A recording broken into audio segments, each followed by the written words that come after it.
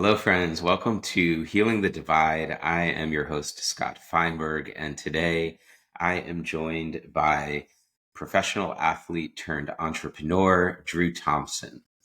Drew will be the first to admit that he's always found himself in situations he had no business being in.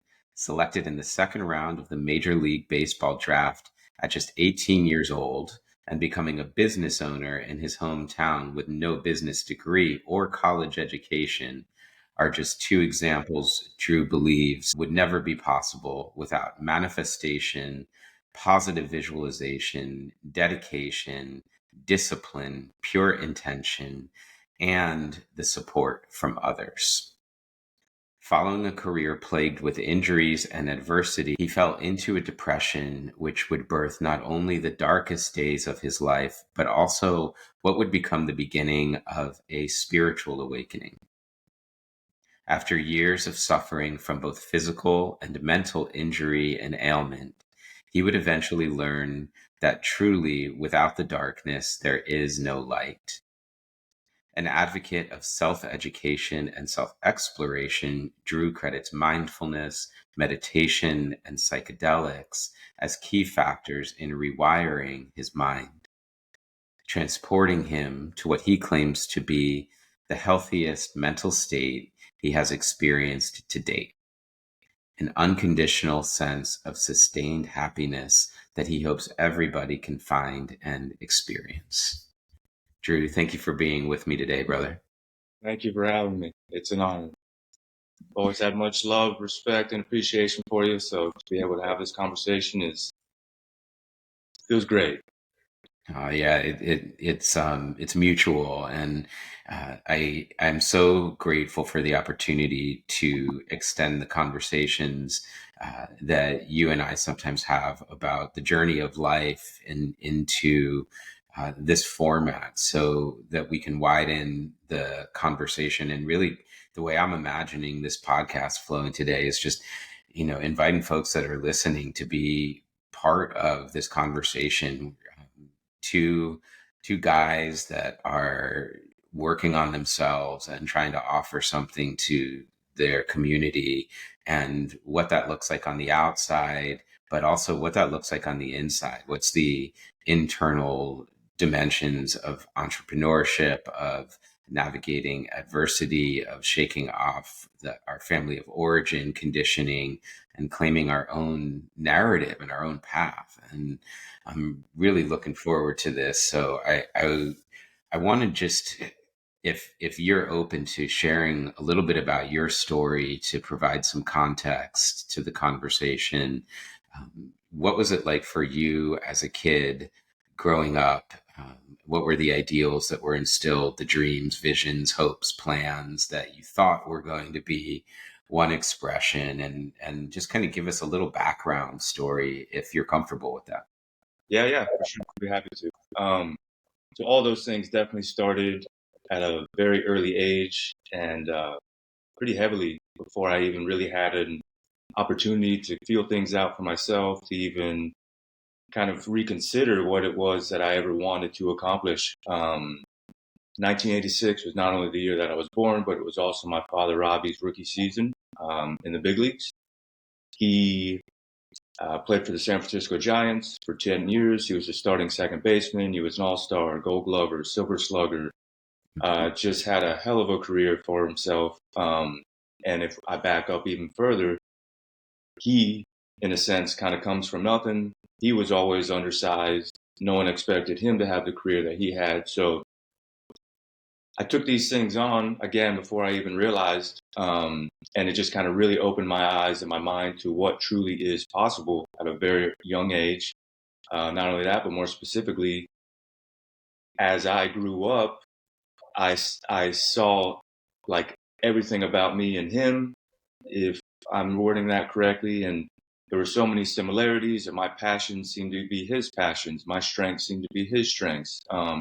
He was my role model. He was my idol. He was my, everything. I looked up to that man from literally as long as I can remember. And as early as I was able to, I would go to the ballpark with him because growing up, we were fortunate enough to bounced back and forth between Jupiter, Florida, obviously Paradise, and San Francisco, obviously another Yeah. cool place, within the country. And so that there alone was like, as soon as I was old enough to truly appreciate, like, wow, this man has provided our family to be able to live in two of the most beautiful areas in the country. Um, Obviously, I'm a bit biased, but, um, so that is just one example of what I saw he was able to provide from truly just working hard. That man worked harder than anyone I can remember. And that was one of the first things that I truly like pulled from him. But from there, it was just the coolest childhood, such an amazing upbringing. Like I said, I was going to the ballpark with him from the time I could hardly even put my shoes on. I'd ride with him early in the morning, go to Candlestick Park, grow up around guys like Barry Bonds, Willie Mays, Willie McCovey, Dusty Baker, all these baseball legends, Will Clark. Um, and it was almost as if I was one of the guys, from, again, as long as I can remember. And then as soon as I was able, I was out there taking ground balls with them, taking batting practice with them, as if I was one of them. And they treated me like I was, obviously there was a separation there. They knew I was just a little kid, but they showed me, a mutual respect. And it wasn't like I was kind of getting in their way, I was helping out in a sense and part of the pregame routines. And then I was a bat boy sitting in the dugout during the game. So it was all I knew. It was my passion. It was my strength. Again, it was all I truly knew. It was all I ever wanted, was to do exactly what that man was doing. And I'd say, with good reason. Like I said, it was such a rare upbringing, rare childhood. He was able to provide so many things and opportunities for our family just from playing, a game and being very good at it very consistently. So from there, again, my childhood, obviously, I enjoyed life and I had plenty of friends and we got to travel and I did things other than baseball, obviously. But at the same time, like, again, with that discipline, for as long as I can remember, damn near every decision that I ever made was based around like, okay, I'd like to see this happen, but how will this affect my long-term goal? So in a sense, every decision I ever made had that in the back of my mind. So pros and cons to it. I think that it definitely led to a lot of the quote unquote success that I have seen in my life and being able to accomplish certain things that I've set out to do. But at the same time, now that I'm getting older and doing, the inner work and connecting the dots with some of these things that I ended up struggling with internally, it did kind of suck a bit of the joy and whatnot from my childhood. And even as I age, I still catch myself. Luckily, I'm more mindful of it. I'm able to kind of witness it and not in a judgmental state, but kind of separate, my thoughts and whatnot from who and what I am, which has been a huge difference maker for me. But back to my story, as far as the upbringing from there, um, as I mentioned, every decision I made was to make this happen. Fortunately enough, I found myself as a senior in high school. If I back up a little bit, my junior year, my summer going into my senior year, was when I really started to perform. I really was on scouts' radars. I was already committed and signed to play at the University of Florida, which was one of the top tier programs in the nation. That's where my dad went. That's the only school I wanted to go to. So I started to like not literally check these boxes off, but internally it was like these things that I had always set out to accomplish were falling into place. These things that I had before, manifestation and visualization and whatnot were like mainstream. As a child, I would kind of obsess over these things to where I was seeing myself in these roles and in this situation and in the uniform, but not as a little kid, like in a uniform of my own and having not Thompson 6 because that's what my dad wore, but Thompson and hopefully 6 because that was his number. That's what I wanted to be, but of my own. So my senior year came. And suddenly, not only had I already committed to college, but all these pro scouts started to show up. And that was one of the things. My dad was super old school, which again worked in my favor with certain things in life, but also ended up kind of being a bit detrimental with others, pros and cons to everything, right? So my point being is that he always kind of stated that you don't need to, there's showcases, right, where you kind of pay X amount of dollars to play in front of these scouts at tournaments. Mhm. Um, and you kind of pay to get looks. But his thing was, he didn't allow me to do the showcases. If you have the ability, if you can play, they'll come and find you, right? So I wasn't a really like highly touted guy, big name, going into my senior year. But then I kept performing, kept playing, and before I knew it, man, like I get the chills thinking about it because it was literally a dream come true. But every single professional team had scouts that were watching me pre-game batting practice, during the game, whether we were at home or on the road. And it was every game. And it was wild, man. Like, again, a literal dream come true. And at the same time, I loved it. I enjoyed it. But part of me truly never like was in that moment, really appreciated that moment, enjoyed what was going on, slowed things down, and like took that breath and was like, all right, man, you haven't made it, but you're fucking doing it, So I apologize, but you're doing it. Yeah. Uh, and that was another thing as I got older and started to do the inner work that I definitely have struggled with as a kid. And even still, it's a battle as far as being in the present moment, enjoying and appreciating what it is that we have going on, whether it is a dream come true or if it's the darkest days of our lives. Like, this moment is literally all that matters. This moment is all that we have. But in my mind, anyways, back to that, I was too worried about, okay, I have all these scouts here.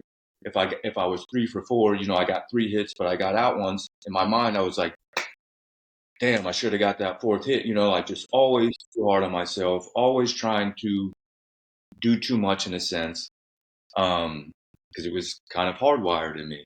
Didn't realize it at the time. Anyways, if we fast forward, I ended up getting drafted in the 2nd round, as you mentioned, by the Minnesota Twins. That whole process, dealing with the scouts, having them come and figure out what my makeup was. Again, I wouldn't have gotten taken where I did that early in the draft if I was not making the right decisions, right off the baseball field. If I was kind of just a kid getting in trouble, right? Or not focusing on what he can do to kind of better himself and better the people around him. So my makeup is what they call it. That was one of the things that really helped me go as early as I did, and for the Twins to invest the amount of money that they did at 18 years old. So I get drafted, I sign again, another check off the box, but in my mind, it was like, okay, now the work really starts. Meanwhile, Right. I literally have worked not 18 years of my life, but as long as I can literally remember to make this happen. From my mind, I put a lot of pressure on myself because now there's all these individuals that invested in me, saw something in me, so I need to live up to this hype in a sense. If I fast forward even more and cut out the details, basically everything that I had ever worked for was falling into place. All my dreams were coming true. I started a professional career of my own with an organization that my dad had no affiliation with, so just starting this career of my own. And then suddenly my rookie year went well. I performed. It was Gulf Coast League. I was one of the top prospects at the end of the year. The next season starts. I advance to the Midwest League. And they were projecting me at the time to make it to the big leagues by the time I was 21. Obviously, that sounds great. Let's go. This is exactly what I want. But at the same time, it's like, okay, being a kid, being a bit of an ignorant kid who hasn't dealt with much adversity to this point, it's like, okay, again, this is all that matters, right? Big leagues by 21. Nothing else matters. I'm going to do anything I can to make it happen. My 2nd year in, I'm performing again. Now I'm 19 years old. I make the All-Star team. One of the top prospects yet again in the league. my back starts bothering me. And rather than listening to my body, which has been but one of the biggest lessons I've learned in this lifetime, in this body, is that I could have easily shut it down, got the medical advice that I needed. If I needed to take some time off, rehabbed, gotten back to the strength that I needed to be at to perform every day. Because professionally, you're playing games every single night. And if you're playing, you're out there in the lineup every single night. So basically, long story longer, I had this back injury. Should have listened to my body, decided not to because I didn't want a setback. I had that idea of 21 big leagues in my mind. So what ended up happening is for 3 months, I played through the pain. For 3 months, I was going to the ballpark hours before anyone else got there to get with the trainer, just to be able to like loosen up my body, to be able to get that out and perform that night. For my, not even like thrive, but just my body to allow me to be out there and perform and play, right? My leg was shaking. I like just all these ailments that were going on internally that I just completely ignored because I didn't want a setback. And then finally what happened is one day we had an off day. I went fishing with some of my teammates. The next day, my alarm goes off. I go to get up, start my routine so that I can get into the ballpark for another night. And I couldn't get out of bed. My left leg was shot. So finally I like kind of lay around. I eventually get it to loosen up and I couldn't really put much weight on it. I had my buddy drive me to the ballpark, see the trainer. They see what's going on and they're like, all right, we finally got to, get you in there and see what it is that's going on. From there, I had 2 stress fractures, a bulging disc and spondylolisthesis. So in a sense, I literally like broke my back and it was all my low back. Spondylolisthesis is not like scoliosis to where your spine is kind of crooked in a sense, but front to back, your discs slip off one another. So everything that runs, all the nerves and whatnot that are running through your spinal cord, if you can imagine when they slip, they pinch everything. And that's why it was affecting my leg. And then some days it would affect my upper body. It was just really throwing things off. So from there, basically, I could have a spinal fusion, fuse my spine together, go through my stomach, put a piece of plastic through the back, would be 2 large bars, 4 screws holding things in place. 19 years old, didn't even think twice about it. So the other thing was a hard cast. I was basically in a body cast, hard piece of plastic, keep everything together for like 3 months. Then from there, rehab. Rehabbed for quite some time. Saw no improvement, no benefits. Finally, I told the organization, Minnesota Twins, that I was going to go home and start handling this on my own because the things that we were doing there just weren't working and they weren't really open to trying anything new, So it was just the same thing over and over, and which leads to improvement and success depending on what it is that you're talking about. But with this, there was no improvement. So I came home, and that's when I kind of got into some of these other things like yoga, at Kula, probably before you even knew who I was or what I was doing there, just quietly going there with my mom, trying to feel out some new things, get into my body, start listening to my body, Pilates, meditation as well, just all these different things, spiritual healing. I've done literally everything you can imagine except for that spinal fusion throughout years. So I spent 6 years trying to get healthy, tons of ups and downs. I would feel better, start performing, start thriving. The organization was back on me at that point. I got into some big league spring training games, performed a bit, and it was just like I said, a roller coaster, up and down. If it wasn't my back that started bothering me again, then it was pulling my hamstrings or having surgery on my foot or arm issues. It was just literally always something. And I learned more than I ever could throughout that process. All those things have led me to where I'm at today. That adversity had, I don't want to say helped me, but kind of primed me for these things that would happen in my future, now in the business world or in personal life, So my point being is that I truly believe and feel confident sitting here that without those lessons learned, without that adversity, I wouldn't be able to see like the true beauty in life and what truly matters. I wouldn't possibly have been set on kind of this spiritual path. You know, who knows what would have happened. But at the end of the day, as I sit here speaking with you, I'm very happy that things ended up the way that they did. I struggled with it for so long. Even the fact that I can sit here and speak, like, was going to make a joke earlier about how hopefully I could talk about this without getting emotional, you know, like, Yeah. but finally, like, I'm able to just see the positives in it, the beauty of it, and not be attached to it and still have like that inner trauma, you know, that I was still holding on to and still kind of feeling guilty or responsible about, or what if, you know, kind of living in the past. And again, that attachment. Um, so that's kind of the gist of it, kind of my upbringing and what my passions were. That kind of led me to this point. I realized that was a very lengthy answer to your question. No, man. But here we are.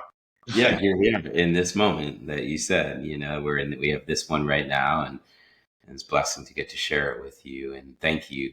Yeah, truly from my heart, thank you for sharing your story. It's a powerful story and it needs to be told. And I think so many of us can relate to that. Maybe not growing up with, the baseball legends, et cetera, but growing up with that dream, that plan, that vision, we can become, um, so single track focused on that's the thing and that's what my path is. And it's like this sort of determined vision and version of what life is going to look like.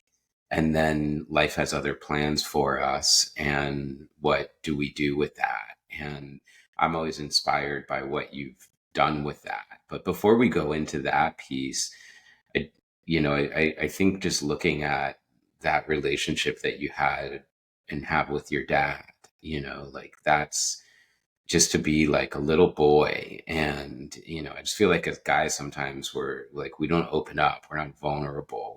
We mask it, we put on that front. It's like, it's all good and we bury it. And it's like, that to be able to hear your story and to feel your heart, I could feel myself holding back tears. Like that was emotional to take in. And like, I mean, imagine like the grandiosity of like for many of us, it's like dad is our hero. But in your sense, like dad's everyone's hero, but he's your dad.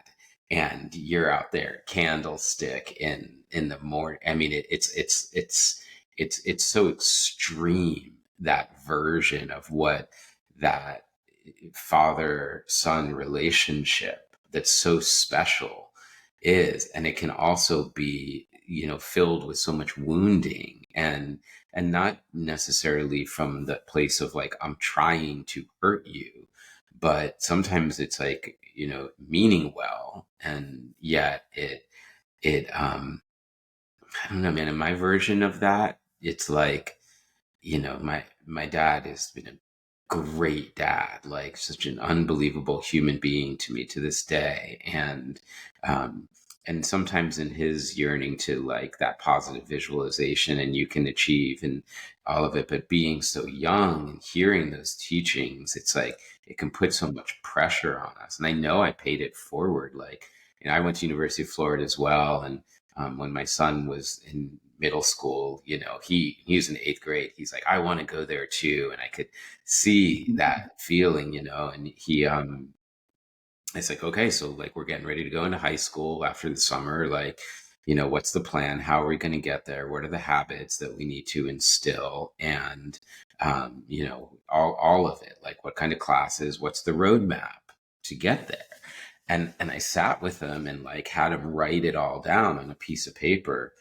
And it's like the double-edged sword, or, of it all is, he ended up getting into University of Florida. He's there now. And he shared with me right before he went, it was hard to hear this, man. This is emotional for me, but like that piece of paper, like I never knew where it went. Evidently, it ended up in a drawer in the kitchen where all like the like pens and pencils and scissors, like that little like utility drawer, that we all have. And it's like, but he would see it every Oh time yeah. he opened the drawer, in ninth grade, 10th grade, 11th grade, going into the SATs. Am I going to get in?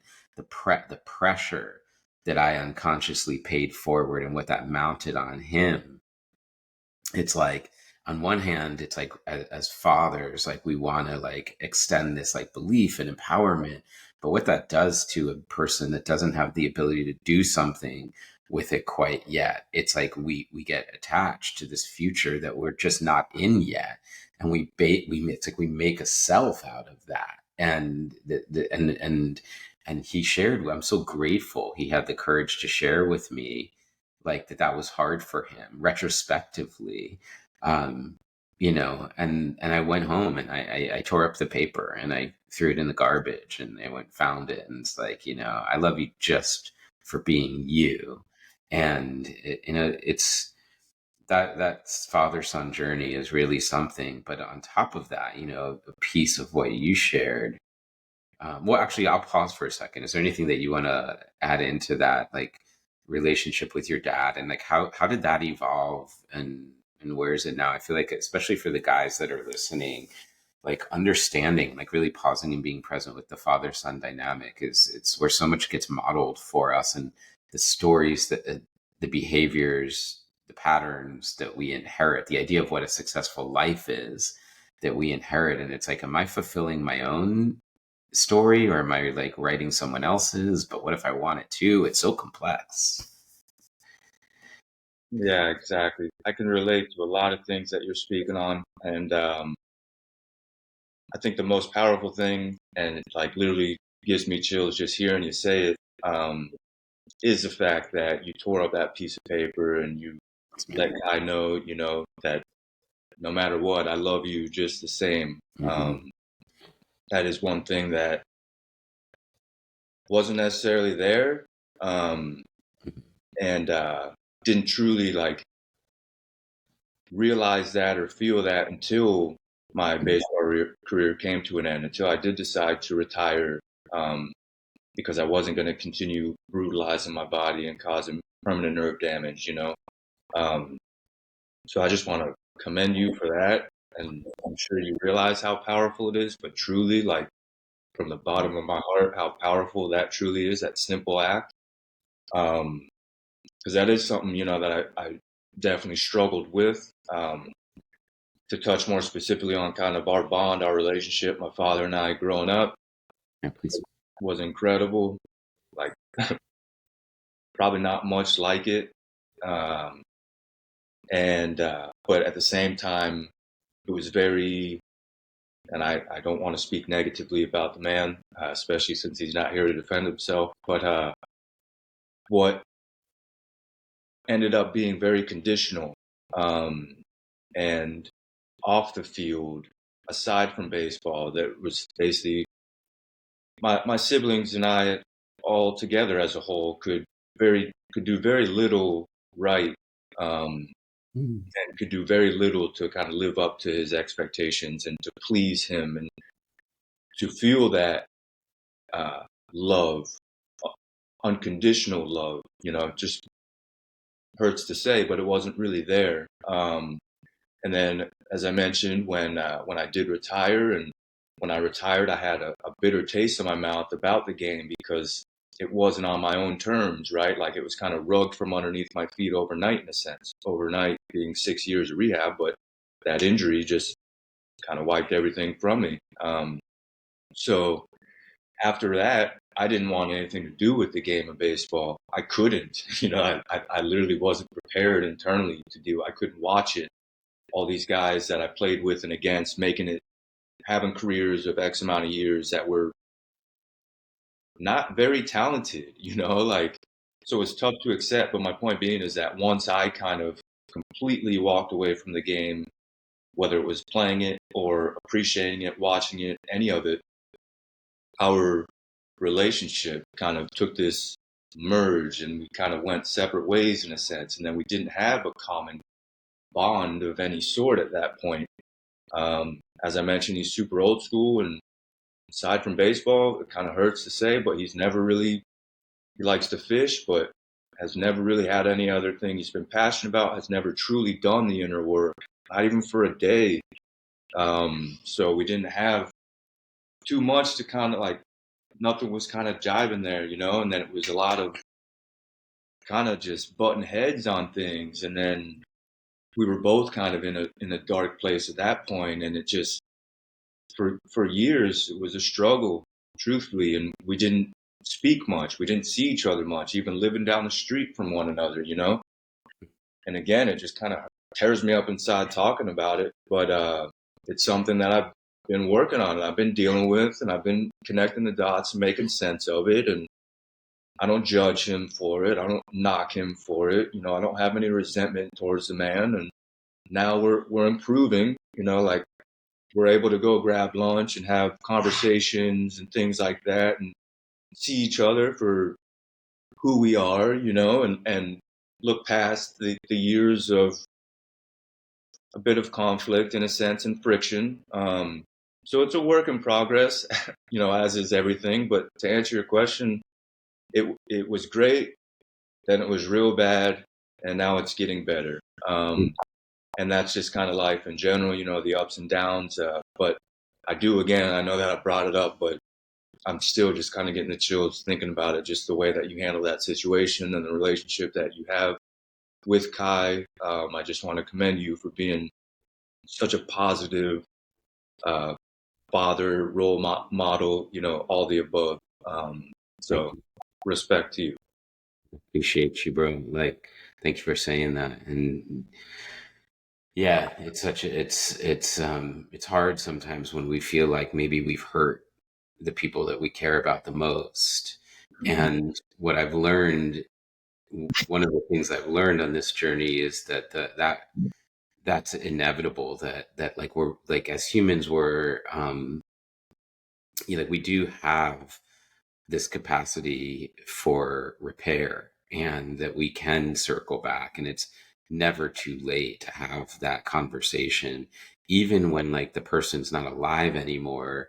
Like if we can really get to that soul level, which is one of the things I want to dive into with you, there's this availability to heal, um, those relationships and those relational wounds. And I wanted to dive into this like the 6 year rehab space. And it's almost this like hero's journey, like inside of that.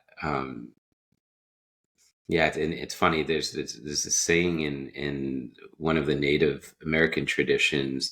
It's called the spirit canoe, and I really love it. I'm like researching a little and getting curious with it, and that idea of like, I'm like, man, I think I want to write a book called The Spirit Canoe. And it's like, what's the thing that takes us from like what we thought life was, like you said, who we think we are and what we think we are, like even in the objective sense. And then like there's some intelligence in this universe. And I wonder, like, I don't know what your thoughts are on this, but it's like, I wonder like how much is like fate, how much is coincidence, is it circumstance, is it synchronicity, like what, like consciousness obviously is emerging, and like what is consciousness, and is there a bigger consciousness, and is it like some like godlike consciousness, is it a individuated soul higher self consciousness that's like maybe the design for the soul growth this time was to like have this sort of pattern disruption experience that's like big enough to shake us out of this cloak of identity that we think we are, so that we could like get in the spirit canoe and like row ourselves for 6 years. And the canoe is on the water, there's some current as well that we're doing it with.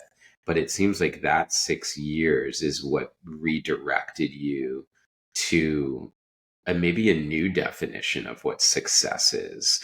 So I wondered if you could, like, if we could zoom into that window And especially I'd like to add to this question, for people that are listening right now that are in their version of that. Like, I thought it was going to go this way, and I'm grieving the loss of what I thought I had and how painful that is, but what a blessing it could be. But when we give back somebody else's version of success, of what a fulfilling life is, and we get to become the author and authority of our own.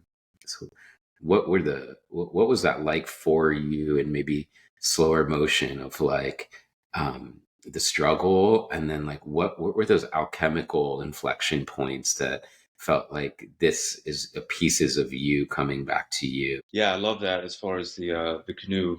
And I couldn't agree more, because before I kind of jump into those 6 years, as far as consciousness and having Yeah, please. this higher power kind of guiding things in a sense for what is meant to be truly learned or taken from the experience or experiences. Um, I think that although during those 6 years I did learn a lot, I I didn't truly learn what the point was, because the reason I say that is I still, even once I jumped into the business career, I was still faced with some of these repetitive patterns. And now I'm to the point where it's like, okay, it's all making sense. I'm able to connect these dots. I'm able to feel like that quote unquote true success finally. Um, but those 6 years, man, it's hard to put into words. Started off not so terrible, like I knew that I had a setback, but I knew that I had it in me to get through it. Um, so I did exactly what the doctors had told me. I did the physical therapy. As I mentioned, I went home because I wasn't seeing progress. I started to see progress. I got back on track. And then again, it was up and down. Um, but to basically like sum things up, one, in the back of my mind, even my trainers throughout the years with different organizations, because I spent some time with the Chicago White Sox as well, they would even ask me, they're like, dude, what are you doing here? Like, what, how and why are you still Mm. putting your body and your mind and everything through this on a daily basis? Like, and again, the main thing that truly kept me like pushing through it all was just that feeling of one day being able to provide for my family that I didn't even clearly have, but still don't have. But just this thought again of like who or what we're meant to be was this man that is able to provide anything in a practical sense, being able to take trips and travel and experience different cultures and places and make my kids feel comfortable, like that was it. That's exactly what's the definition of the saying, or the definition of insanity is doing the same thing every day and not seeing a difference. I was driving myself insane. Mm. Doing the same thing, the same routine every single day, whether it was during season or off season, to just allow my body the ability to play a child's game, right? Like baseball is a child's game. When you really peel back the layers, it's a business. When it becomes it's a child's game. And it's a bunch of men playing a child's game, getting paid way too much money to play a child's game. These things I didn't realize at the time, like that wasn't even a thought in my mind. In my mind, it was okay, I've dealt with a bit of adversity. I have to, I apologize, I don't know how else to say it, but eat a bit of shit for a while to get to this end goal. And I was willing to do so. So I kept at it and I kept at it and I kept at it. I would perform. And I'd be back on the disabled list, back in the training room. Never even really left the training room because I'm able to perform and get out there, like I said. every day I'd have to go there early. Every night I'd have to stay late, but it was part of it in my eyes, it was going to be my story and my path, but I'm going to make it happen, Um, and then back to kind of what you were saying, as far as that higher power having a much better idea of truly what this path is and will be, um, had other plans. And that's why I believe my leg ended up shaking uncontrollably for a number of days, literally days straight. My leg was just shaking, shaking, shaking. So that's when I was with the White Sox. At the end of those 6 years, they're like, dude, we can't even continue to allow yourself to do this. Like, you have to go see the doctor. And they basically gave me that same ultimatum of fuse your spine together, continue playing through the pain, and cause permanent nerve damage. They said I'd have to walk with a cane by the time I was like in my low 30s. I'm in my upper 30s now. No cane, thankfully. But in my mind, I was like, okay, I don't want to do that. I want to eventually have kids. I want to be able to pick up my kids and live a normal life. Um, so the third option was to walk away from the game, and spent a little bit of time thinking about it. But at the end of the day, like, it was kind of a no-brainer for me between the three options, and that's when I was again forced. Clearly, I wasn't listening to these things that were happening around me, or what someone or something was trying to guide me, in potentially another direction. So my body literally shut down to where I had no other option. I was forced to now make this decision. Okay, this game was great to your father. This game was great to your family. This game has been terrible to you. Go do something else. Like, stop doing this to yourself. Not just physically. I was in so much pain every day, all day, and it would put me in a mood that I would set aside, but more so mentally, and like what it was doing to my mind, and my mental health was not there. As you mentioned, I was in a depression in the darkest days of my life. Never thought I'd get out of those dark days. I had my jaw wired shut for a while in the middle of all that. Couldn't eat, couldn't, do all these things. And it was just like, and that's really when I got deep into meditation. Started to kind of connect these dots. But I still didn't. I'm sorry. Oh, no, you're good. Go ahead. I want to ask a specific question right at that this little pivot point right here, when pushing through this idea of like, I'm just going to push through, and like at any cost, no matter what, at all odds. And you had referenced earlier that you like learn to be hard on yourself, and how that internal voice, maybe it was your dad's voice that became your own. And it's like we walk around with these voices of authority in our head as if we're inside these structures, and how can we win at them, and how do we succeed at them. And I'm curious how doing that at such a high level, seeing it lauded, seeing it as like that is the thing that you're supposed to do. How did you learn to shift from, or maybe it's still a journey that you're in? I know, like, for most of us, it's not a linear thing, but like, even feeling the beginning seeds of going from like, I'm being hard on myself to I'm being kind to myself. Like, when did you start to be on your own team? Sorry, Scott. I lost you at the same time and picked you up at the same time. That's okay. I was asking, when did you learn how to like start to transform that internal dialogue from being hard on yourself to being on your own team? Yeah, I would say, I mean, I'm still working on that. I catch myself, obviously, as with everything, good and bad days. But I would say it was a couple years after retiring, a couple years after walking away from the game.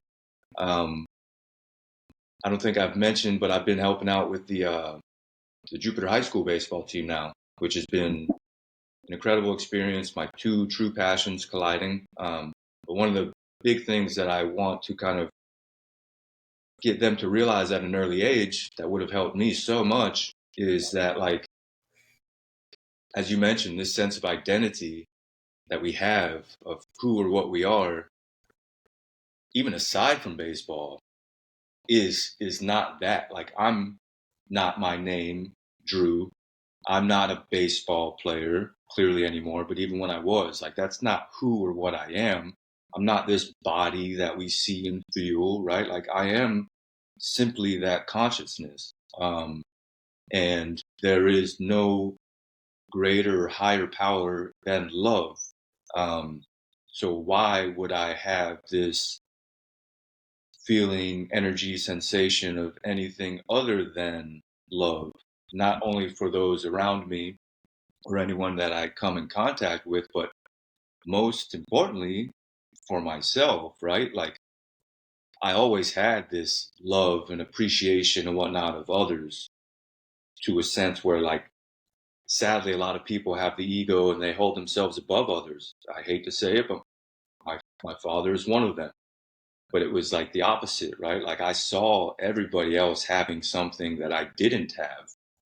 And I saw and appreciated all these things. And then I would kind of, again, be hard on myself, come down on myself. I would seek value.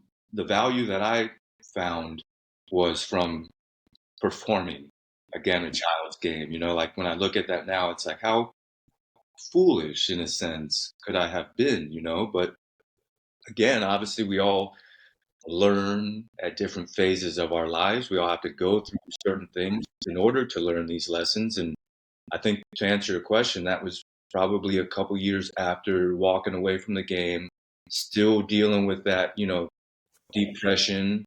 Um, and I think the easiest way to simplify it was that, rather than, like, even in my mind having this, now all of a sudden I'm not a baseball player, but I'm a depressed individual, like, Mm. what an even worse label to have. Um, Instead, I just was an individual, a man that needed some deep rest, right? And just needed to slow things down, needed to do a bit more of the inner work, needed to listen to what was going on internally, um, needed to tune and tap back into what truly matters on this earth, in this world, while I'm in this body. Um, so yeah, I would say that was kind of when and how that kind of fell into place, if that makes sense.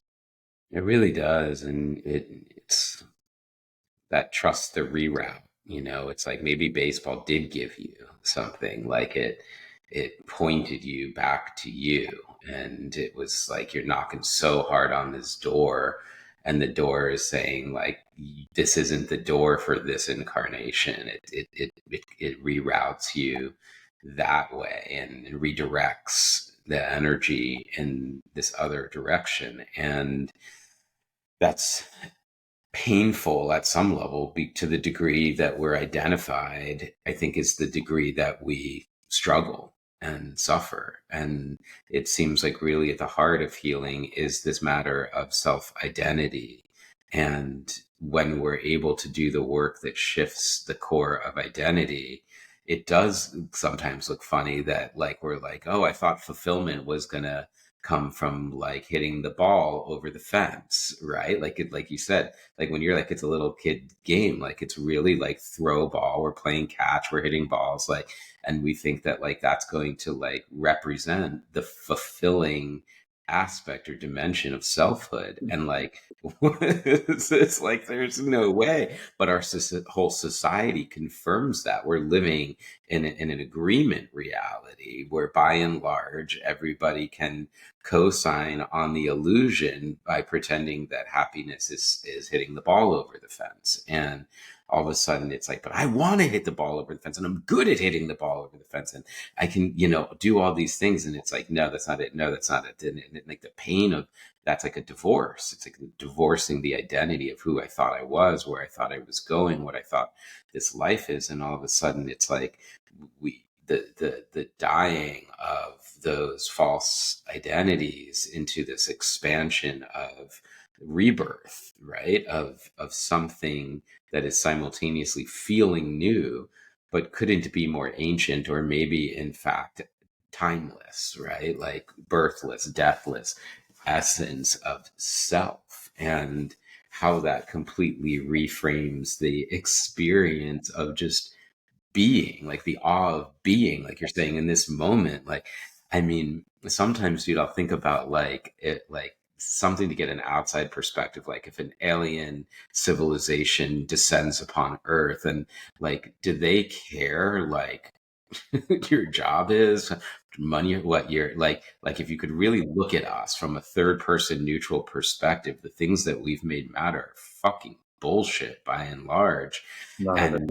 And like, and you don't take it with you, and you get to the end, and I always think like, what, looking back from that moment of my death, like what will I have wanted the journey to be about? And I don't, for the life of me, think it's like anything other than like, did I love fully? Did I heal? Did I grow? And was I of service? And did I enjoy it? Like, that's it. It's like, that's simple. And the rest of it, like, other versions, other, you know, people's versions of what success or failure is, what they project upon us to like give that back and come into our own version of that is so fucking liberating, that we get to do it, that, in that spirit, in our own way. And I'd love to shift into that next like chapter of your journey, because I feel like your journey represents that, like like in such beautiful ways. Like you, it's like you turned your suffering into service, and that's what inspires me. It's not. I don't look at you and be like, oh no, you're successful because you. And for that, I probably fell to some degree at my hosting duties of contextualizing your journey, but Drew has created the most incredible space for feeding and serving our community with nutrition, and this beautiful positive energy. He's created a brand called Soul Rebel, and now we understand some of the meaning behind that name, and juices and smoothies. I mean, it's not like turning lemons into lemonade. It's like turning like lemons into like an entire juice shop with that's like serving up the community. And I always think of like, people come in, they get what they need, they go out, they're taking that goodness with them, and you're helping people to heal. A lot of the podcasts I've done recently, the last few I've recorded, are about like healing from cancer and understanding Ayurveda, and like working with our energetic constitutions and our relationship to food, psychologically. And like your journey broke down your body, and then you resuscitated body, energy, heart, mind, soul. And then you took what you gleaned from that experience of health and said, I'm going to give that back to my people. That to me is a success. It's not like the business or like how much money it makes or doesn't make, or created this beautiful offering to community, and respected and regarded, and a sincere, humble human that's like achieved a lot. All that stuff's beautiful. It's like, but it's inspiring that you've taken something like painful and you've turned it into something purposeful. And if there's somebody that's in that space of like, they're in the pain but not yet in the purpose, what would you say to them? Yeah, thank you, brother. Thank you so much, honestly, for those kind words, but more than anything, just for getting it. A lot of people, I feel like, truly don't get it. Um, and I'm okay with that because that's not why I'm here. But for you to not only get it, but to acknowledge it means more than you realize. Um, Thank if I back up for everybody who is listening, um, when we talk about like things kind of getting sidelined and going on another path, I do believe that whether it was baseball or not, right? So for whatever anyone may be going through in the moment or in the past that wasn't obviously baseball related, I think that everything that I did learn from there definitely transferred over to the business world, personal life, everything, right? So to try and answer your question, when I moved home, I didn't know what I was going to do with my life. I knew baseball was no longer in the cards. I didn't really have any, up to a fault, many other true passions, things that I was into. But I did know that I wanted to come home. I wanted to work for myself. I wanted to start something of my own. Didn't know what that was going to look like, but I knew that I wanted to help others.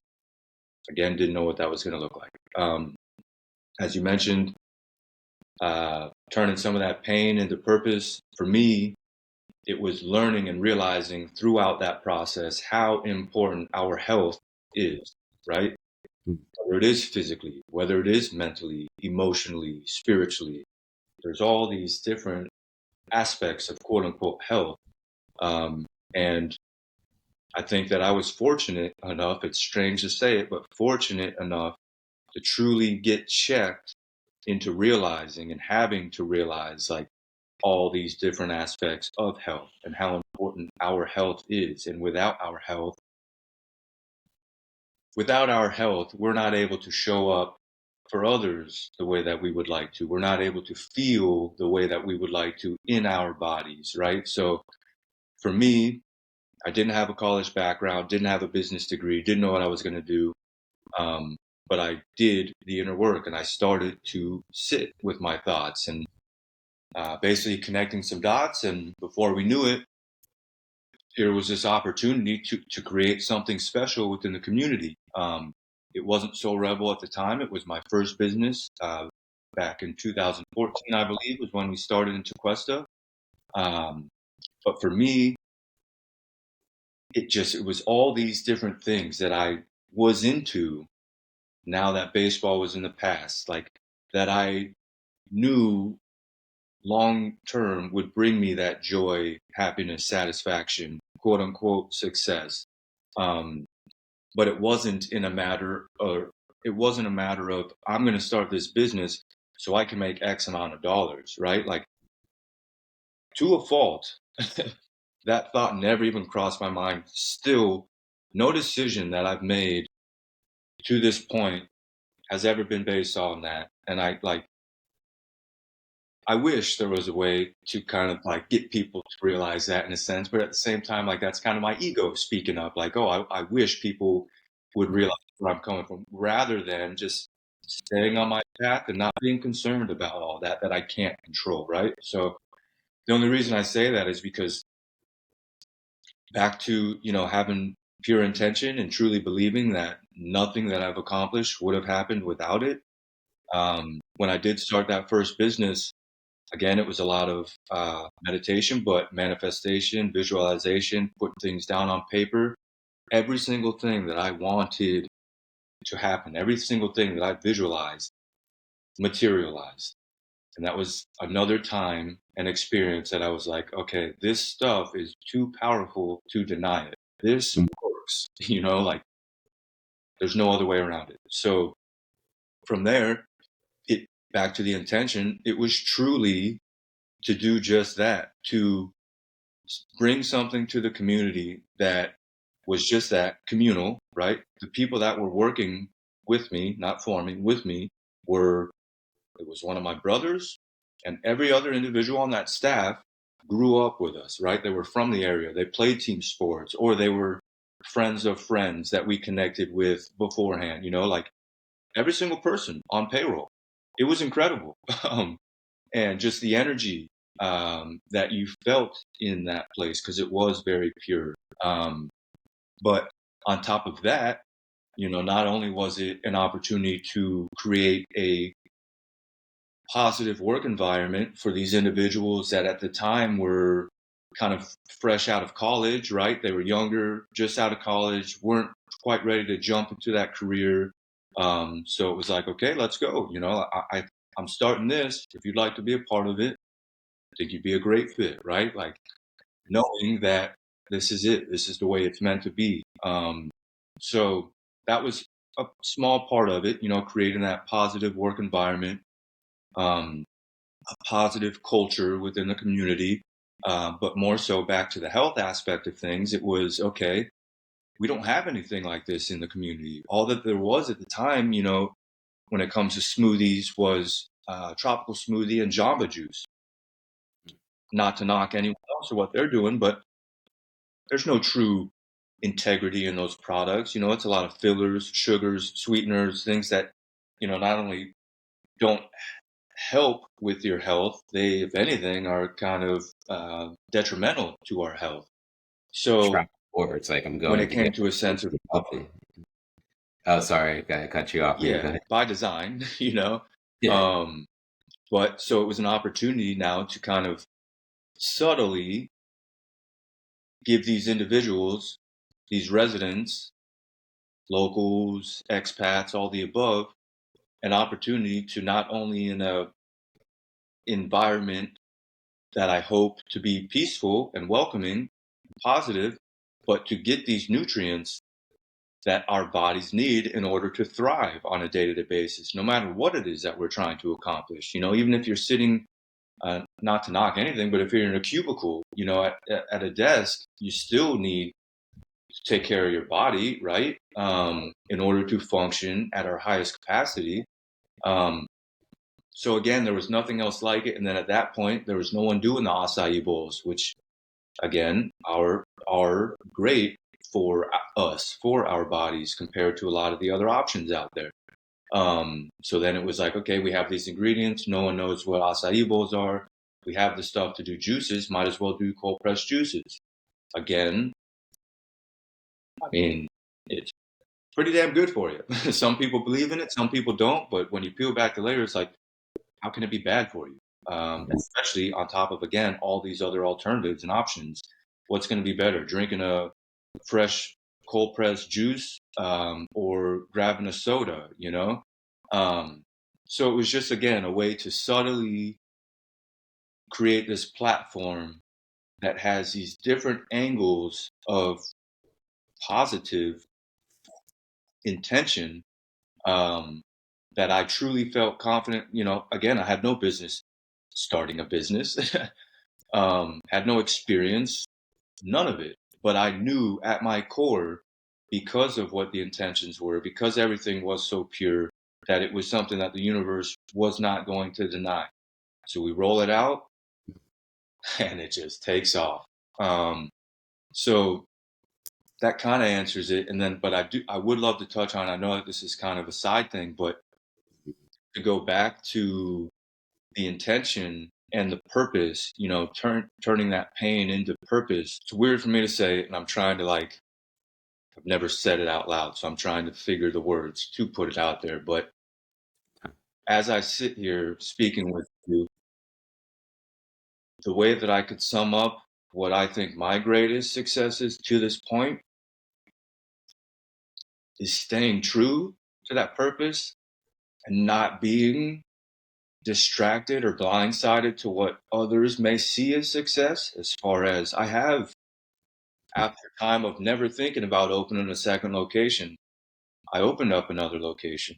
I helped others unknowingly open up their own location that had nothing to do with me. I then opened up more locations.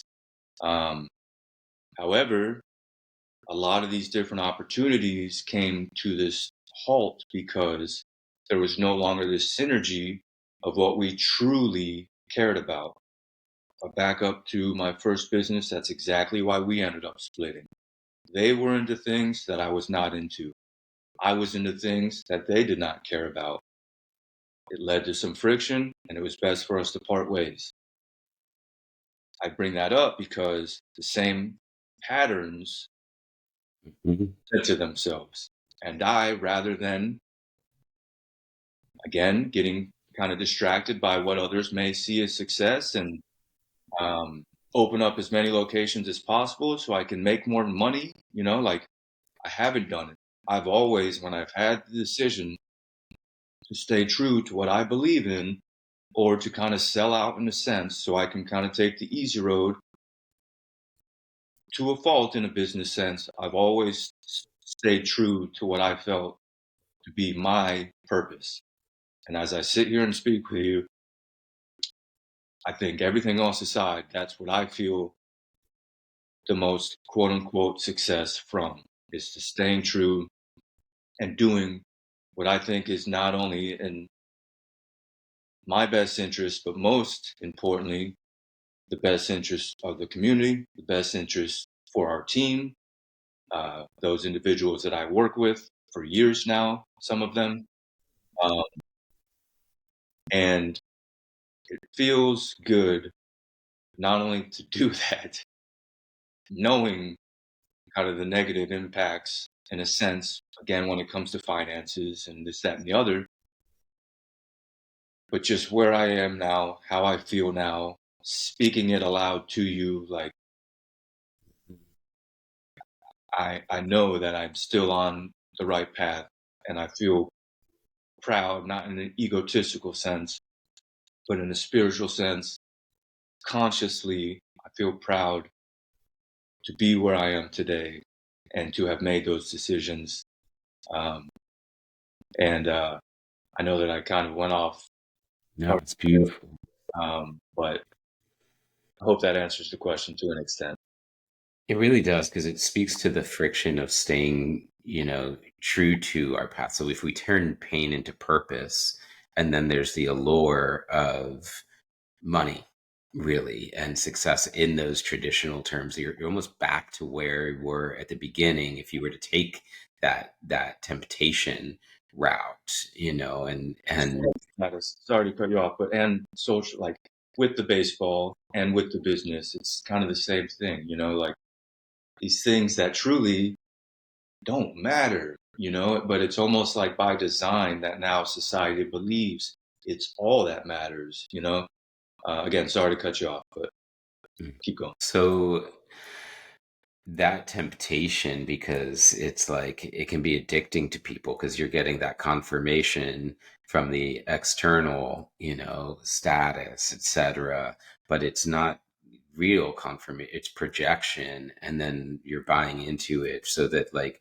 it's like an ego dopamine hit to get what you think you need, and then it's like, where's the next fix? And the reality is it might look a certain way on the surface, but it's not the real thing. And when we're aligned with our purpose and we don't go those routes, there's so many invisible layers to the human experience that are more deeply confirmed by us to us. And it's why I want to talk to you today. I mean, this truly is like I relate to that. I was just having this conversation with somebody last night about, like, even in my journey, I've had so many of the similar things, whether it's people wanting to, like, buy Kula and then turn it into a franchise, and me saying no to that, or it's just the projection of how somebody will see you because, oh, you're the owner of this thing or whatever. And it's like, nah, man, like, I just want a place to essentially, like, teach yoga, heal, support healing, and like support that for our community and for other space holders to have a space to do it with autonomy as well. And like, so I recognize that in you. I've seen your journey up close. I remember going into said location and feeling, I can feel the shift in what it was when, not to ever, we don't ever want to throw people under the bus, but like, also, like, you really contributed something beautiful there, and you can feel when it got packaged and repurposed, like they tried to make a product out of something that was authentically in you, like I'll say it so you don't have to. It's like Thank that was you. your energy that made that special. And then it was like, oh, we can put a package and conveniently say things that look like things that aren't those things, like say like fresh, or like when a menu says fresh or natural, it's like, but wait, like, what about the organic thing? Like, what's the real term? It's like this, it's like the false replicate of something real. Now, how do we brand that archetype versus be that thing? And sometimes it can fucking suck when the branded false archetype is like getting the financial reward, while the real thing is sitting there just quietly going about being itself and doing its thing and trusting its process. But what you're getting is so much more fulfilling on the inside. It's like this incredible internal wealth. And it's nice when the external matches up too. So please, if you're local, go to Soul Rebel support. And I want that. That's one of the reasons why I want to do this podcast, Heal the Divide, is that like that's an unfortunate divide that exists inside our society, is that we get conditioned by the fabricated version of the authentic thing. And it's like we to get to support the real thing is like it's an honor to, it's an honor to get to do that. And so, and I think the people that are doing it recognize the frequency of it when they see it. It's like and it's that deep bow of like, I know that's authentic. I feel it. I know the frequency of it, and I feel it, and I can tell the difference. I can taste the difference, and the energy that goes into our bodies when we consume something that's made from that frequency genuinely supports our healing. And I went through a similar thing, that I'm like in a similar like kind of boat, which I've shared with you personally before. And it's like, I don't want to talk about it because I don't want to throw anyone under the bus, and there's stuff, and you don't want to like insert drama into a community. You're here to heal, here to serve. And sometimes it's like there's this negative repercussive feedback that comes back on around something, and it's not true, and you don't even want to engage it. So you just like let it have its course. And sometimes that's to a like negative, outcome, financially speaking. And it's not to like martyr yourself or anything, but it is to say like, it's going to be a clear inflection point for me. I'm either going to engage this energy and like dance with it and be in it. I'm going to like do it, whether that's to make someone else look a certain way. And then, and you get into all like the politics of it. And it's like, you can feel the frequency of that. It's like, that's not why I'm doing this. Like, it's like my higher self is saying, just like, no matter what anybody's doing, everybody's doing the best they can with the tools that they have based on the consciousness that they're operating from. And if they're doing things behind the scenes that are hurtful or out of integrity, that's their karma to work through. Like, like blessings to your journey. And like, I'm going to live mine in my way, and like, let the chips fall where they may. And I feel like I've gone through like some like serious fucking rebirths inside of rebirths inside of rebirths. In fact, as we record now, today is the day that we're opening Kula, and we have our big opening in a few hours. And I was like, how cool is it, first off, that I'm like, I'm not going to let it undertow me. I'm still going to record a podcast, and I'm doing it with you. And like, I know, that feeling and the different versions. And it's like, to get to shake off all those stories and just be like, get so quiet and present with your purpose that you just do it and you offer it up in service, and the outcome is none of your business, is the most profoundly fucking liberating feeling that there is. And then, to feel that this coalescence around that,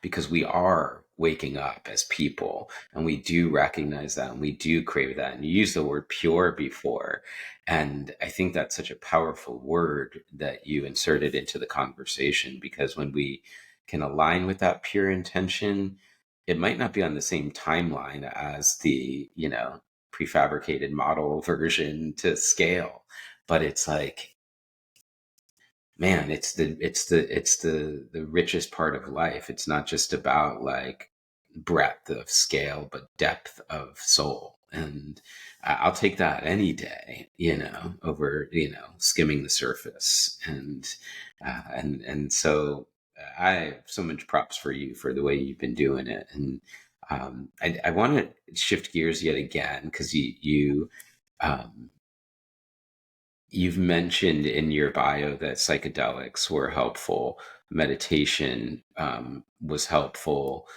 You shared that you've done some yoga. So for people that might be tuning in and curious about some of these different modalities. You're here running a business, working on yourself at the same time. I call it intrapreneurship. It's like the internal aspects of entrepreneurship. I wanted to just kind of throw that out for the entrepreneurs that are tuning in. And I guess in a way, we're all the entrepreneurs of life, right? We're all creating from the unmanifest into the manifest constantly. I'm curious about your journey with psychedelics specifically and how they've helped you heal and rewire, as you said. First, if we're able to back up real quick, then I'll answer that. Yeah. I just want to again let you know how proud I am of you with the reopening of Kula, but not only that, what you've created, what you've continued to facilitate. I don't know if I've ever put it in these words, but something that I have kind of realized while I've continued to do the inner work is that, you know, those mind, body, breath classes that I used to make it to pretty regularly, and just being in that space and in that energy, like you kind of saved my life in a sense, or at least to the direction, you know? So super proud of you, super powerful. I think it's amazing what you've done for the community, and can't stress that enough. Appreciate you. Thank you. Thank you. Thank you. When it comes to the psychedelics, as you mentioned, you know, Yeah.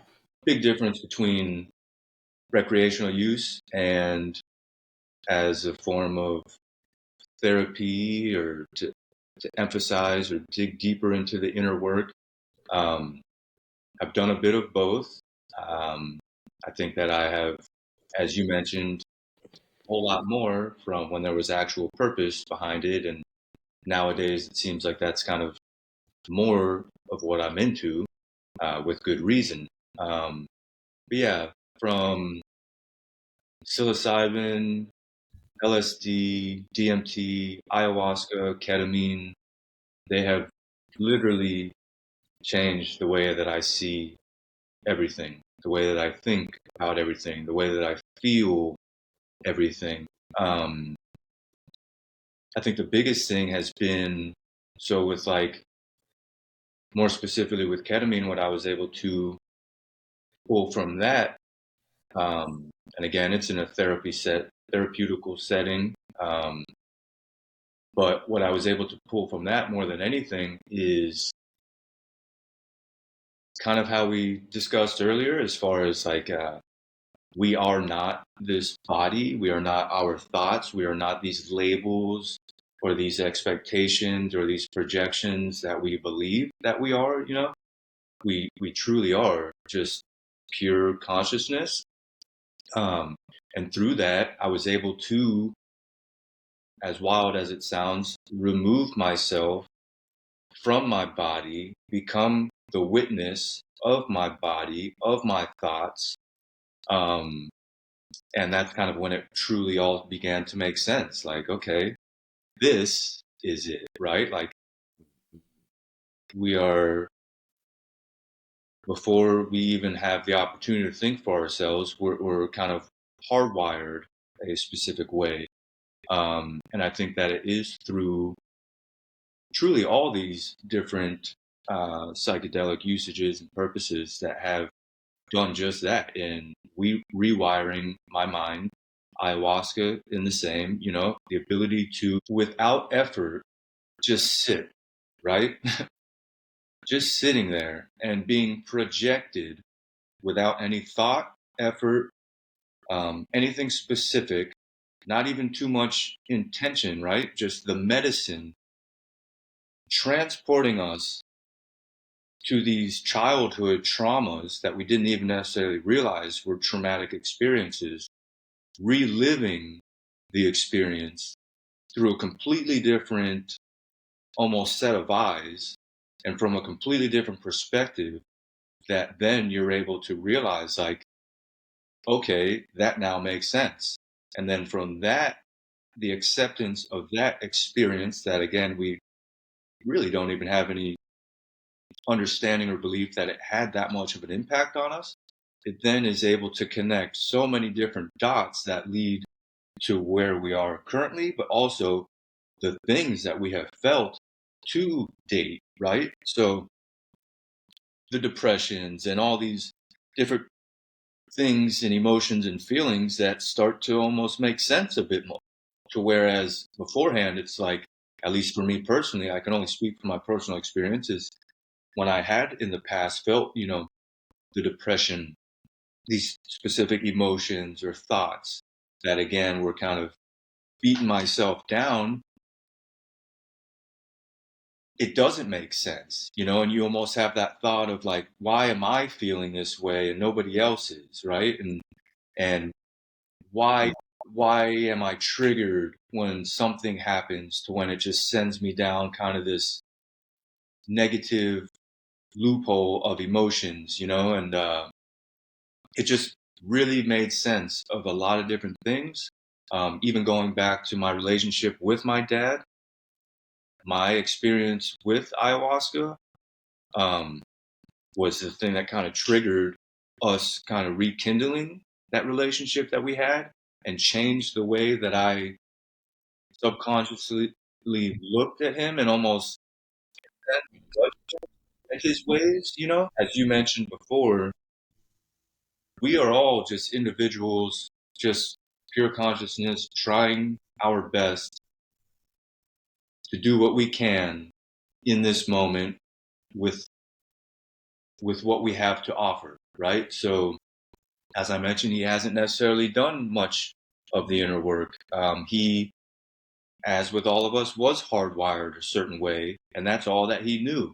So, who am I to judge the way that he handles our relationship or the way that he was with myself and my siblings or my mother, Um, whereas I almost held a bit of internal resentment, How could you treat my mom that way? How could you be so hard on all of us and never like truly show us that unconditional love? Like, how dare you in a sense, when in reality it's like, okay, I get it.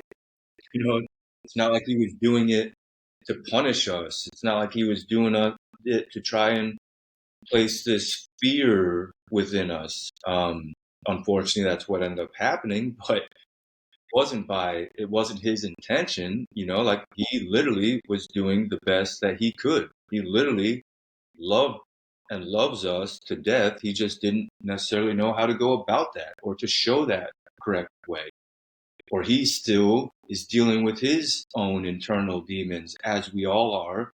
He just hasn't necessarily dealt with them or faced them head on, right? He just consumes and numbs himself, right? So that was another huge thing. So I don't want to necessarily get into every specific experience, but to answer the question, when it comes to psychedelics, like it truly has rewired my mind.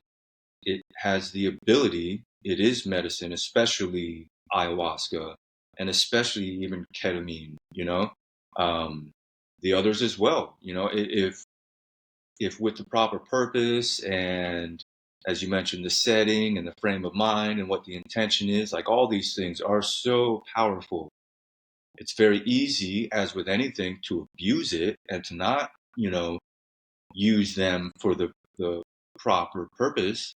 Um, but I think, and I'm so excited to see how it is becoming a bit more accepted, how there is all this scientific research going into it, all this therapeutic research going into it, because as my experience and time in your space and in your energy has saved my life, I'm willing to say the same with psychedelics, in a sense that it changed. It's not a matter of like wanting to end things, but it's a matter of like finally feeling this love and joy and acceptance that for the life of me, I just did not have, even when things were going good, because it was never in my mind good enough, because in my mind, it wasn't good enough for, more specifically, my father, So it's just been incredible. I mean,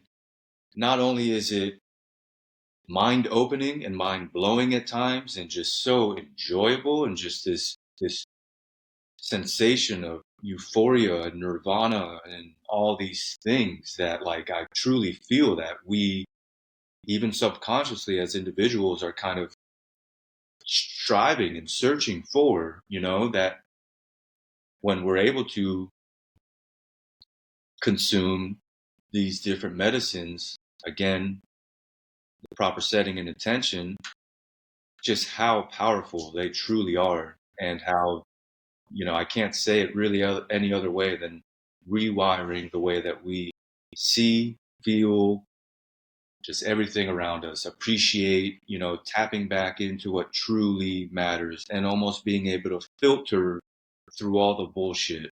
And sadly, these days, there is so much bullshit out there, Um, so I think that that is what I've kind of been able to take most from, these different psychedelic experiences. Yeah, it's like this capacity to pierce through the veil of the illusion to see what is the deeper structure of reality and our place within it, and that recontextualizes identity, purpose, and alignment. And I'm curious to, as it comes to your journey, whether it's been through baseball, through romantic relationship, through business, through different business endeavors.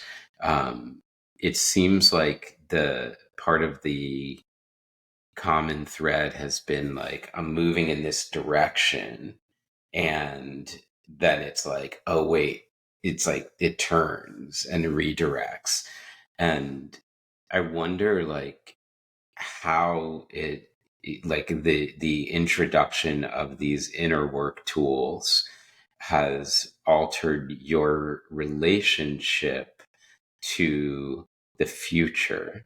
Like, are you, when you look forward now, how do you dance that razor's edge between, like, I'm so like consumed by creating an identity of like I'm trying to get somewhere, which is so, really like force fed when it comes to things like business, and you have a business plan and you're in and you go through these steps, and this is what we're trying to achieve, to this, where in like psychedelics it's like it's opening you. It's like this shift in experience from, like, it's not about achieving, it's about receiving. And in receiving there's still growth and new things unfolding, but wow, what a way to like lift the hands off the steering wheel and stop the white knuckling and trust. And still, I think, I guess where I'm trying to go is like the idea of like controlling future outcome to like accepting is like a neutralizing, but then shifting from the neutral to the like, I'm so grateful that I don't know, because then I get to unwrap the mystery and through synchronicities and serendipities and these chance encounters and these beautiful blessings. And like, I'd rather not know. I don't want to know how the story ends. I want to live the unfoldment. And I wonder if that's I'm maybe projecting. I'm just sharing. That's been my journey, and it's not a clean break from those patterns. Will, especially when the proper triggers there, will like revert back to that. Um, but it's funny. I was making a coffee a few hours ago, and I was in that house by myself, Drew, and I said, I'm not trying to get anywhere anymore. Like I said it, I just came out of my mouth, and I just stopped, and I like took a breath in my house, and like to get off those tracks and be like, I'm here for it, right? Like I'm here for life. And like, I just wonder how that like journey is for you, for someone else that's like doing these inner work practices and still working on creating a business at the same time. It's like a high risk endeavor to be like, I'm gonna really be working on surrendering attachment to outcome while I'm an entrepreneur and people are working for, and like people I care about. And it's like, wow, man, you're really going to that line. I wonder how you surf that boundary. Yeah, no, I couldn't agree more with everything that you just mentioned, especially just the fact that it does impact and affect every aspect of life, relationships, baseball, now business.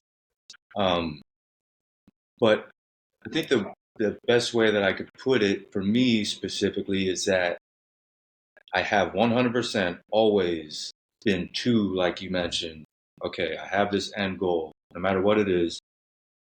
What do I have to do to achieve it? And making it happen. And in that process, missing all of it, right? Like not enjoying any of it, not appreciating any of it, not being at peace mentally. So now where I've been at more recently, and which is why I truly believe that I am in this place of peace, just inner peace and joy, is that I have, as you mentioned, basically let go of the steering wheel. Obviously, there's certain things that I would love to see happen. I still meditate on things. I still visualize certain things, but truthfully, I think that the easiest way to put it is I've become much less specific about it, much less results oriented with everything. There's just so many things that are out of our control as individuals, right? We can only control so much.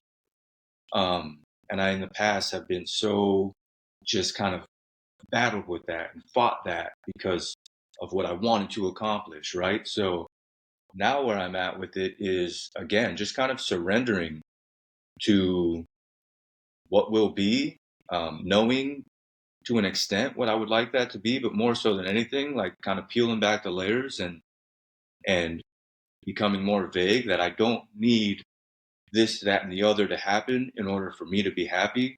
What I want and what that end goal is that happiness, is that inner peace, is that joy that I feel as I sit here today. And I think that in doing so and surrendering to these end goals catapults me into this moment, as I mentioned, is all that matters. And then as I'm in this moment, I'm able to make better decisions when things do arise, right? When certain opportunities do present themselves, I'm able to make a better decision from a better place that will in turn put me naturally.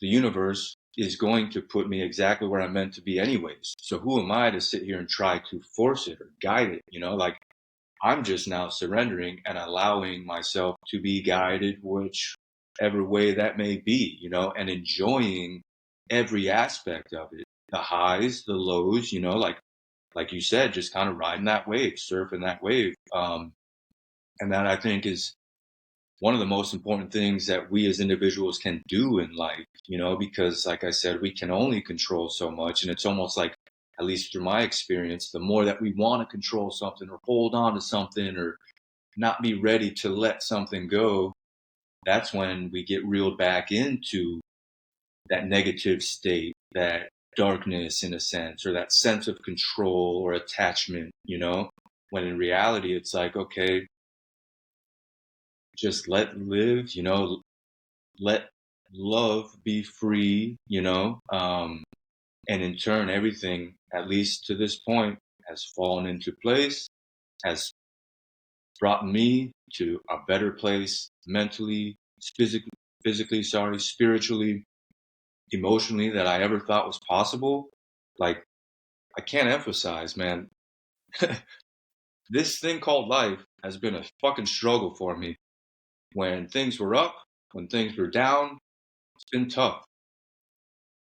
By my own doing, not because of what others are doing to me or what the universe is presenting to me. It's how I was perceiving these things, how I was reacting to these things. And now I'm able to, through more than obviously the psychedelics are a huge help, but through all of these things that are the inner work, I'm able to realize, and I have learned the hard way. It's like hitting my head up against the wall for years. And now it's finally, okay,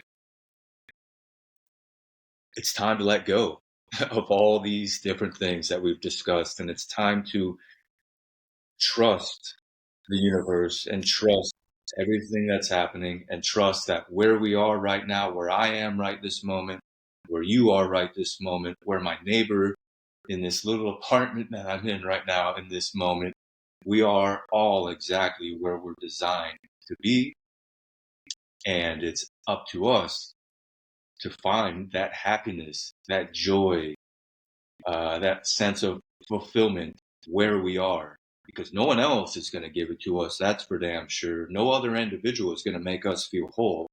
No one else can make us feel accomplished or fulfilled or at peace or in love with ourselves other than ourselves, or anything else as well. So just incredible. And sorry for going on a tangent, but that's just one that's been like, I'm super passionate about now. And I'm even like every book that I read now, the majority of the podcasts that I listen to, I'm just trying to like self-educate myself more and more, because now that I've gotten a little glimpse of it and I feel this massive difference internally, and I'm not struggling myself all the time. Like I want to learn more, and I want to be able to pass that on, even if it is subtly, but to help everybody.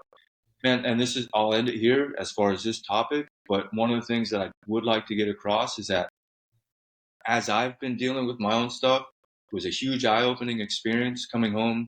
I was living up in New York City for a couple years, coming home, working during the holidays in the shop, and these high school kids were openly speaking about how they were seeing a therapist, which I thought was super cool. One, that they were like kind of proud of it, because when I was growing up, that was like, if you're something, keeping it under the rim. exactly, so I took two things from it. One was like that sense of pride for them, not pride again in an egotistical sense, but just like happy for them, right? But then also it was like this light bulb went off of, oh shit, like again, I thought I was the only one struggling this way, but for these individuals at such a young age to be struggling already before even really stepping into the real world, it started to make me realize like, okay, this is an issue, a problem. So my point being is that like with these high school kids that I'm coaching with the baseball team, with these individuals that I work with at the shop, like my mission, my purpose and my passion is not only like working on myself, but in doing so, now that I'm able to feel a certain way and I have picked up these tools, a lot of them coming from you, is to try and like pay it forward and to not force anything upon anybody, but just to get them to realize that there are other options, there are other ways to handle certain things, and things will get better. I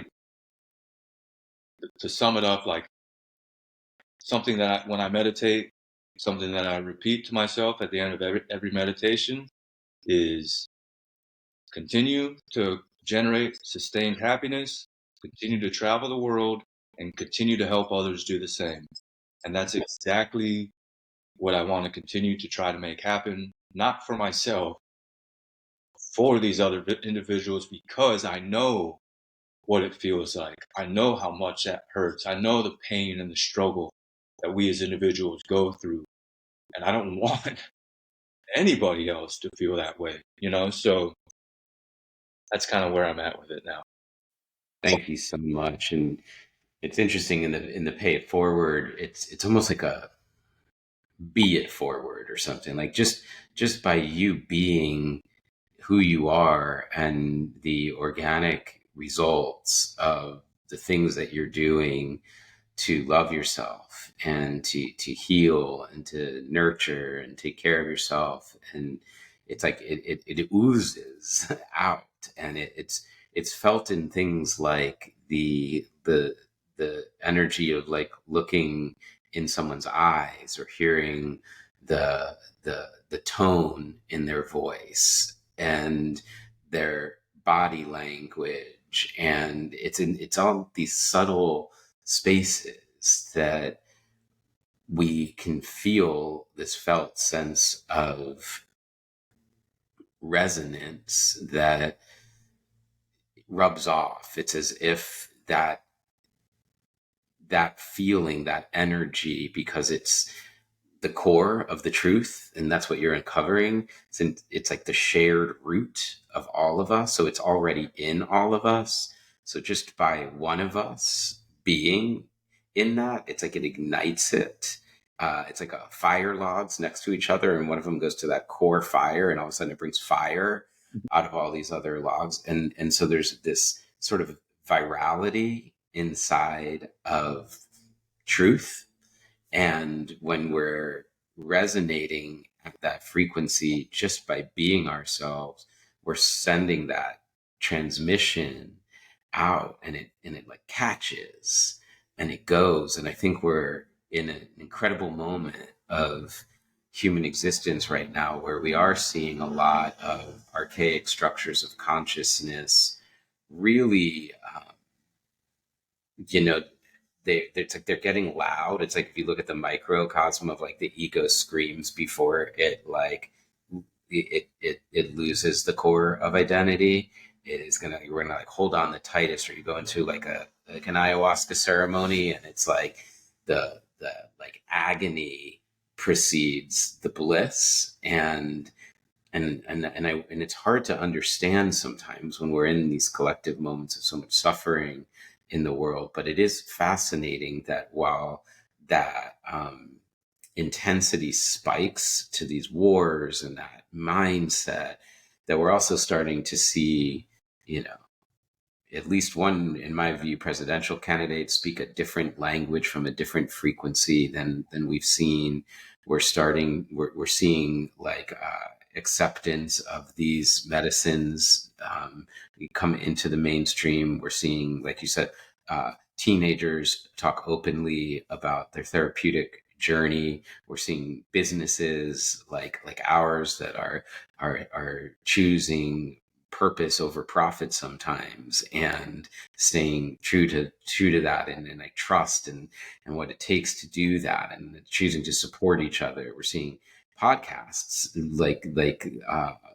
come out where it's like, wow, long form conversations about substantive life journeys can now be shared, and everything that we've been hiding inside of ourselves is like, oh fuck, man, you too, wow, that's awesome. And then we're seeing these individual stars light up, and they connect with each other, and they become these constellation grids. And I just see there's this, through just like your journey, the challenge provided the necessary chrysalis in order for this emergent property to come into its next iteration. And we're incarnating, it seems, individually but collectively, in service of that chrysalis moment. And so it can feel like a struggle, and it can feel like liberation, and we're doing it in service for this entire collective generational evolution of consciousness. And that somehow makes, when we're in the struggle part, to know we're doing it in service for the whole, that changes it, and it becomes like an honor, and it's beautiful. And then, when we come out on the other side of that, in those moments, and we can have conversations like this and ignite hope in people, and relate, and not do it in a fucking preachy, I've got it all figured out kind of way. But yeah, man, I get you. I'm in it with you too. And I've gone through it, and I still go through it. And it sometimes tastes the other side of it. And I'm willing to talk about all of it and not pretend behind an image of any of it, and just be. And we can all exhale together and be human together, and cry together, and be in joy together. And, like that, what's more beautiful than an authentic human existence lived to the fullest in every which way, and sharing that with one another? That's it. Oh, man. I love it. Yeah, me too. I love you, bro. Thank you for doing this today. I love Yeah, and appreciate you. Always will. yeah, same. Well, this feels like a good wrap up moment. Thank you for saying yes to this invitation, and I look forward to the mystery continuing to unfold itself, and keeping an eye on your journey, and supporting whatever comes through you, and sharing it. And I thank you for being you, and turning everything that you have moved through into offerings for of service and health for other people. It's a beautiful and inspiring mission that you're on, and you're doing a great job. And I hope this podcast touches whatever lives are meant to be touched by this message. 100%. I appreciate you, man. Thank you for having me on. Thank you for everything that you do. I love you, man. Love to. And for everybody that has tuned in, thank you for checking out this conversation, for hanging out with Drew and I. Free flow. We had no notes for this one, no questions planned, just a whole lot of trust. Now I get it. Now I know the why, because I usually have some structured talking points and questions, and something kept telling me to leave it alone. And now I get that the theme emerged, which was we don't need to overplan our lives. That it's Yeah. that we're fundamentally secure enough to trust the unfoldment. So may that be the message that reaches us all. And until next time, thank you guys for joining us. Thank you.